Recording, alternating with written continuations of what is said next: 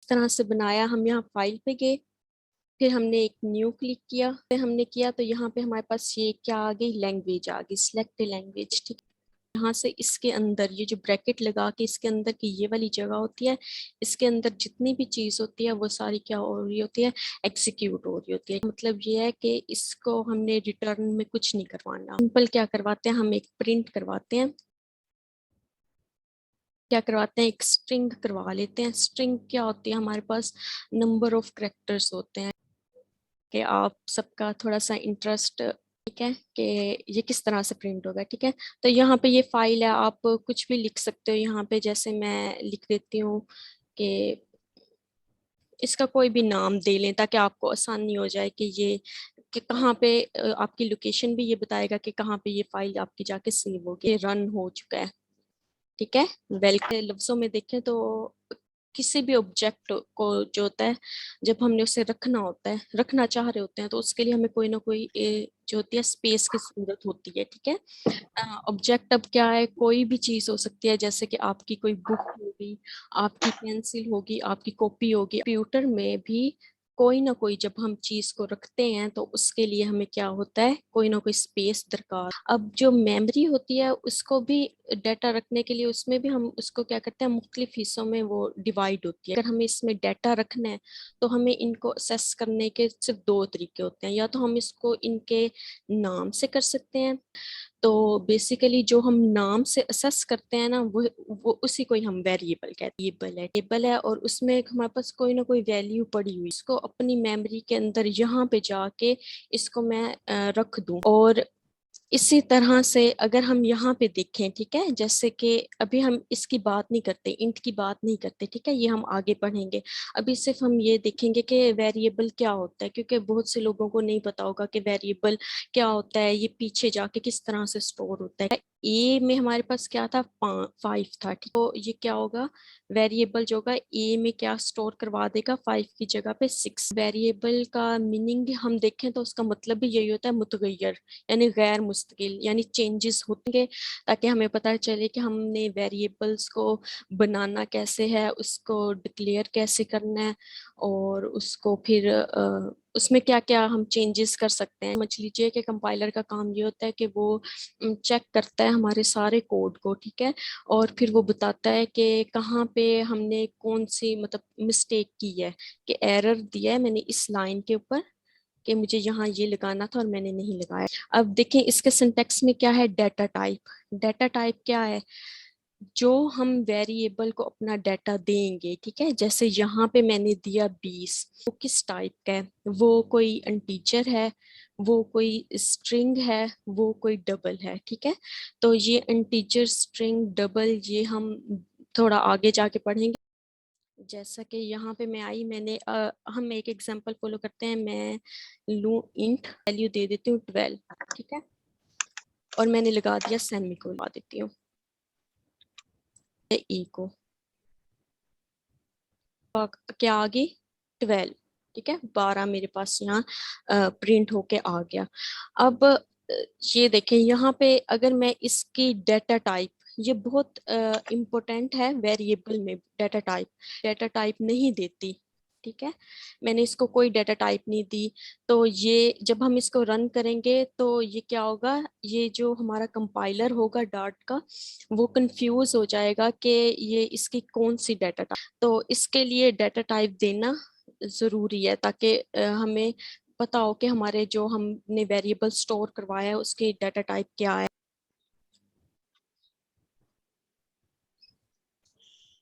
Double लिख दूं।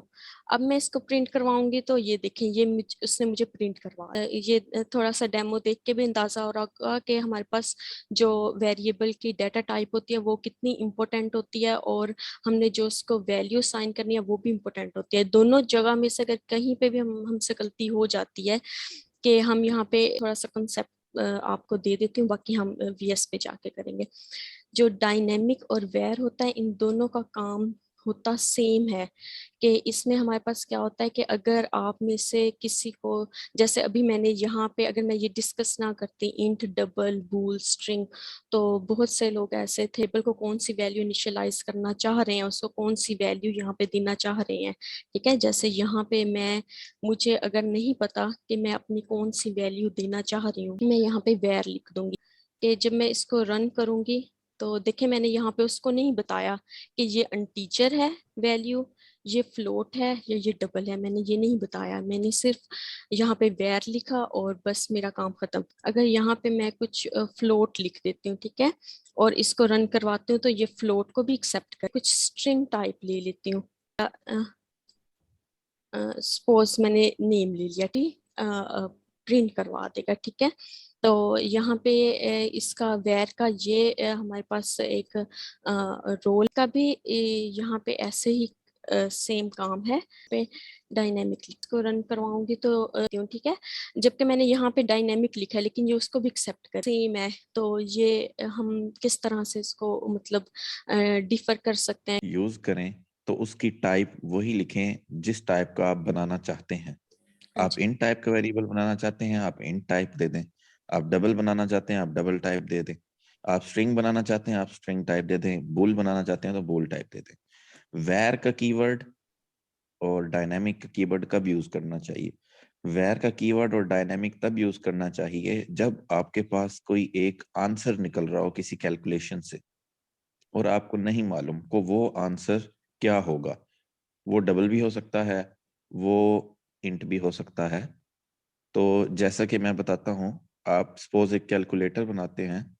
आप लिख देते हैं कि वैल्यू 1 एंड वैल्यू 2, और आप जब उसे डिवाइड करेंगे तो अगर आप 10 डिवाइडेड बाय 2 करेंगे तो आपके पास आंसर इंट में आएगा।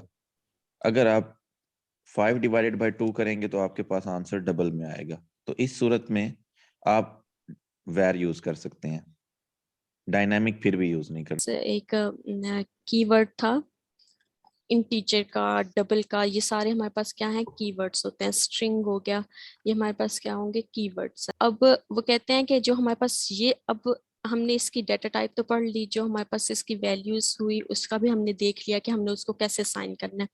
अब ये जो हमारे ऊपर काम है कि हमने वेरिएबल का नेम अपनी तरफ से देना है। इसमें भी कुछ चीजें ऐसी हैं जिसको हमें रूल्स को फॉलो करना पड़ेगा। अगर हम नहीं करेंगे तो ये क्या होगा, कंपाइलर हमें एरर थ्रो करेगा। ठीक है, स्टेटमेंट क्या थी कि जो हम वेरिएबल का नेम लिखेंगे वो हमारे पास क्या होना चाहिए, कोई कीवर्ड ना हो। ठीक है, जैसे कि यहाँ पे ये है इंट है, ठीक है, अगर मैं यहाँ पे इंट ही लिख देती हूँ एरर थ्रो कर देगा। ठीक है, अब यहाँ पे कंपाइलर कंफ्यूज हो गया कि ये भी डाटा टाइप है और ये भी है, तो यहाँ पे हमें क्या करना है, यहाँ पे हमें इंट कीवर्ड जो है वो नहीं देना। इन हमारे पास क्या है, वेरिएबल कैन कंटेन अल्फाबेट, यहाँ पे मैं कुछ भी लिख सकती हूँ, नम लिख सकती हूँ, या फिर कुछ भी लिख सकती हूँ। ये होगा कि जैसे मैंने यहाँ पे इसको नेम चेंज किया तो आपको यहाँ पे इसको भी करना है, क्योंकि हमने ऊपर ए की वैल्यू को 12 दिया था और बी की, तो यहाँ पे जब ये चेंज होगा तो आपको इसको भी चेंज करना पड़ेगा। आपका भी ख्याल रखना है, जैसे अब मैं यहाँ पे कर रही थी, अगर मैं यहाँ पे ए और बी ही लिखा रहने देती तो वो फिर भी एरर थ्रो करता, क्योंकि ए बी टाइप का हमारे पास कोई वेरिएबल यहाँ पे था ही नहीं। वो उसमें ना तो कोई स्पेस होगी और ना ही कोई स्पेशल करेक्टर होगा। ये देखें, जैसे मेरे पास ये मैंने एक नम लिख लिया, यू लिख दिया और मैंने इसमें एक स्पेस डाल दिया, रन करवाऊंगी तो ये एरर थ्रो करेगा। क्यों करेगा, क्योंकि हमें इसमें स्पेस नहीं रखनी।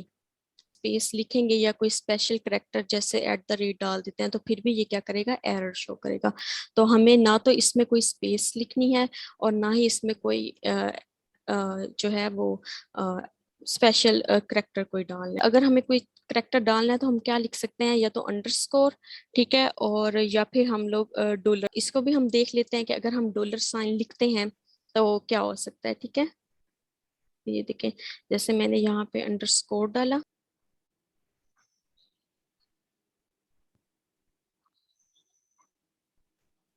ठीक है, तो मुझे यहाँ पे भी अंडरस्कोर ही डालना पड़ेगा।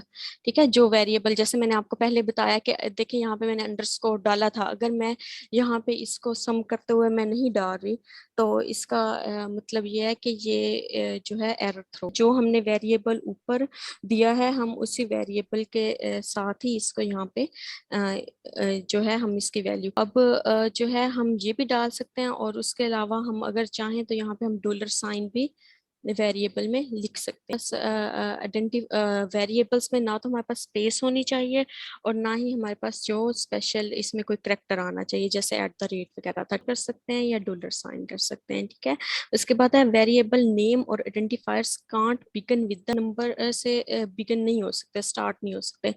सपोज जैसे मैं यहाँ नंबर पे ही कर रही थी, अगर मैं इसमें देखूं, मैं चाह रही हूँ कि मैं इसको नंबर से स्टार्ट करूँ, जैसे मुझे इसके नहीं पता तो मैं 1 2 3 कुछ ऐसा लिखती हूँ को रन करवा देती हूँ। ठीक है, तो ये क्या करेगा, एरर देगा, यानी हम इसको नंबर से भी स्टार्ट नहीं कर सकते। टेबल का नेम तो हमने खुद से ही बनाना है, लेकिन उसमें हमें कुछ रूल्स फॉलो करने पड़ेंगे।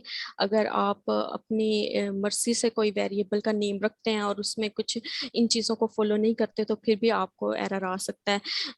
हद तक कि आपकी लॉजिक भी ठीक होगी यहाँ पे, जैसे ये चीज़ है दोनों को प्लस किया हुआ सब कुछ, लेकिन उसके बावजूद भी क्या होगा, एरर आएगा। क्यों आएगा, क्योंकि आपने जो अपनी तरफ से काम करना था, इसको डिक्लेयर करना था, उसमें आपने कोई ना कोई कमी रखी हुई होगी। किस तरह से क्या होता है, इसको हम कैसे बना सकते हैं, और इसमें इसकी डाटा टाइप्स का किस तरह से हमें ख्याल रखना है, और इसके जो हमने इसका नेम रखना है उसमें हमें कौन कौन सी चीज़ों को देखना जो है वो ज़रूरी है। ठीक है, तो अगर इस ये स्लाइड हमारी जो है वो